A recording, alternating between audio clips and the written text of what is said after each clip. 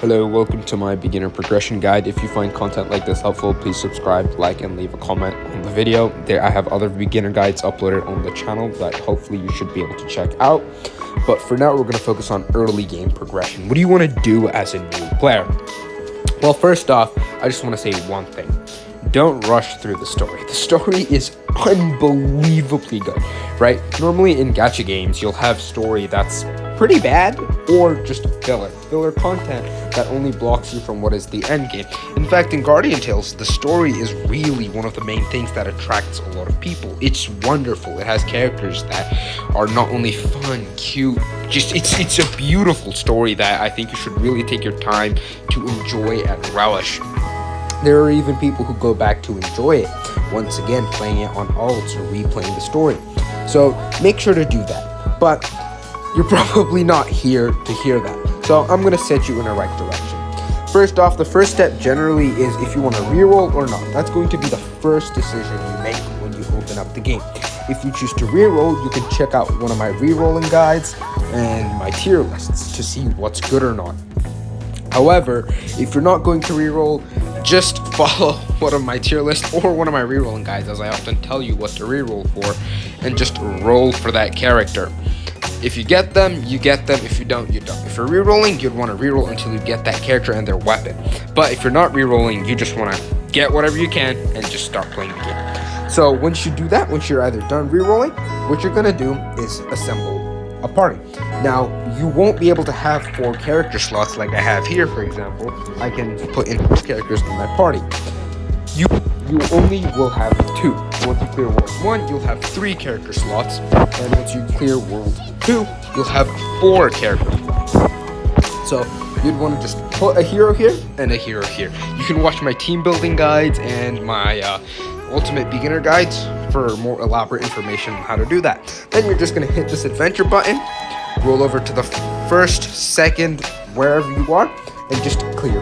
Enjoy the story, play through the content, and as you play, eventually, you might hit a roadblock or 2. Then you're going to want to sit back and relax. Think about what you can improve, okay? Don't just brute force head smash into the content. Instead, go back to your party. Maybe check, oh, my knight doesn't have any gear. Let's put some gear on. You can follow my itemization guides, my team building guides for all of this. I have content prepared pretty much for anything. So you can follow them, deck your party out again, and then go back. Just keep clearing stories. Just keep doing it. During this time, you're going to be wanting to do a couple of things. First off, doing your awakening dungeon every day. Early on, you're not going to be able to do 50, 60s, or even 70s, considering you just started. You're going to get to around 20, 30 and just stopping because you have only 3 daily tickets that you can get. The rest you have to refresh with gems, and don't refresh tickets with gems. It's not worth it as a new player.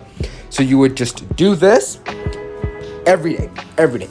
You can sweep it once you get to a certain guardian level, which is right here. Once you get to a certain guardian level, you can sweep it every single day, and that's what you want to do.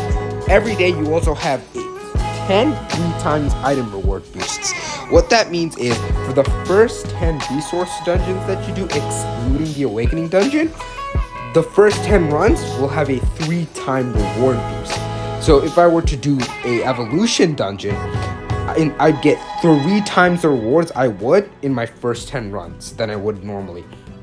And you really want to focus on this. Check out my beginner guide for this, as this will explain a lot of this even more in depth. But as a new player, you generally just want to do evolution dungeon and your daily awakening dungeons. You're going to have more than enough stamina, so just use your 10 times boost here, do 10 runs, do your daily 3 runs here, and then just continue progressing through story. Once you unlock Coliseum, which I believe is World 3 or maybe 4, I don't recall exactly, you're just going to want to do this. Fight people who you think you can beat, fight people who are weaker than you, and that's simply how you want to play. It might seem cowardly, it's not.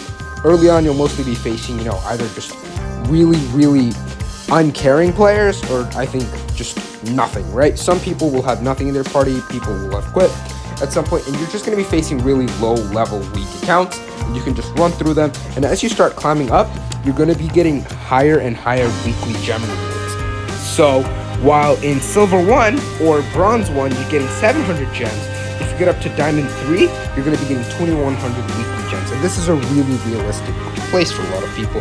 Even Master is quite possible if you play for enough time, but that's not really a new player thing. When you're new, you're probably going to get up to Gold, and you're probably going to sit there for quite a while. So do be aware of that.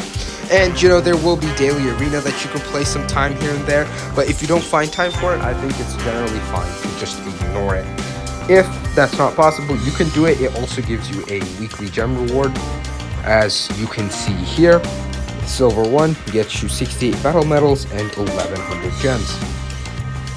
Once you're done with that, you might unlock boss rush later on. I believe it's around Guardian level 56, but that's not really early. It's sort of once you have like a decent understanding of the game.